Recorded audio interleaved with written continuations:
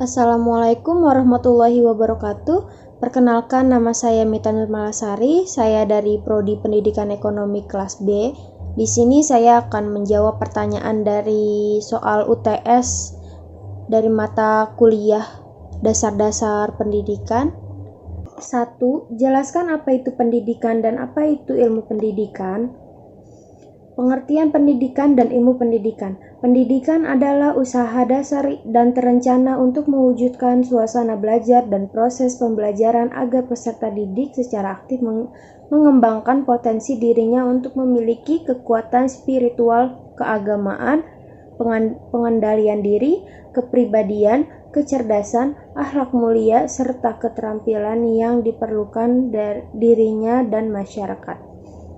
Ilmu pendidikan adalah uraian secara simetris dan ilmiah tentang bimbingan untuk tuntunan pendidikan kepada anak-anak didik dalam perkembangannya agar ia tumbuh secara wajar, berpribudi baik, sebagai anggota masyarakat yang hidup selaras dan seimbang dalam memenuhi kebutuhan hidupnya.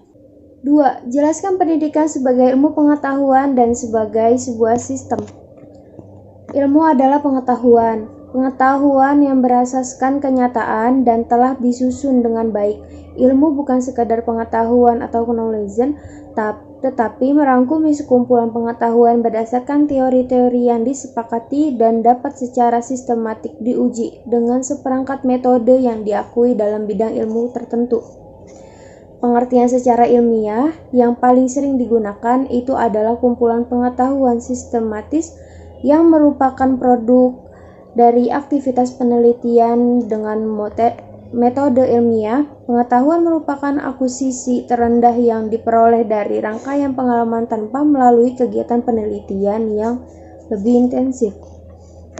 Pengertian pendidikan sebagai suatu sistem.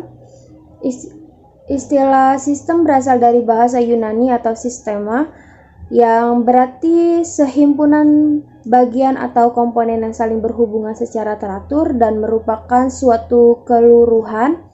Sistem merupakan istilah yang memiliki makna sangat luas dan dapat digunakan sebagai sebutan yang melekat pada sesuatu. Suatu perkumpulan atau organisasi adalah sebagai sistem yang kemudian orang menyebutnya dengan istilah sistem organisasi. Pendidikan sebagai sebuah sistem yang kemudian orang menyebutnya dengan istilah sistem pendidikan. Begitu seterusnya, bahwa setiap jenis organisasi apapun bentuknya akan disebut sistem. 3. Jelaskan teori pendidikan klasik. Teori pendidikan klasik berlandasan pada filsafat klasik yang memandang bahwa pendidikan berfungsi sebagai upaya memelihara, mengawetkan, dan meneruskan warisan budaya. Teori pendidikan ini lebih menekankan peran isi pendidikan daripada prosesnya. Isi pendidikan atau bahan pengajarannya diambil dari sari ilmu pengetahuan yang telah ditemukan dan dikembangkan oleh para ahli di bidangnya dan disusun secara logis dan sistematis. Misalnya teori fisika, biologi, matematika, bahasa sejarah, dan sebagainya. Perbedaan pandangan tentang faktor dominan dalam perkembangan manusia disebut menjadi dasar perbedaan pandangan tentang peran pendidikan terhadap manusia, mulai dari yang paling pesimis sampai yang paling optimis. 4. Jelaskan faktor-faktor pendidikan.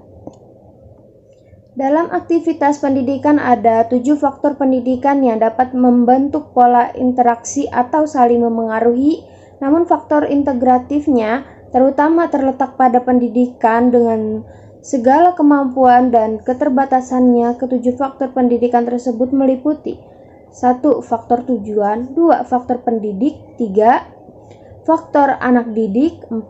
Faktor alat dan media. 5. Faktor isi atau materi. 6. Faktor lingkungan. 7. Faktor metode. Sekian dari saya. Wassalamualaikum warahmatullahi wabarakatuh.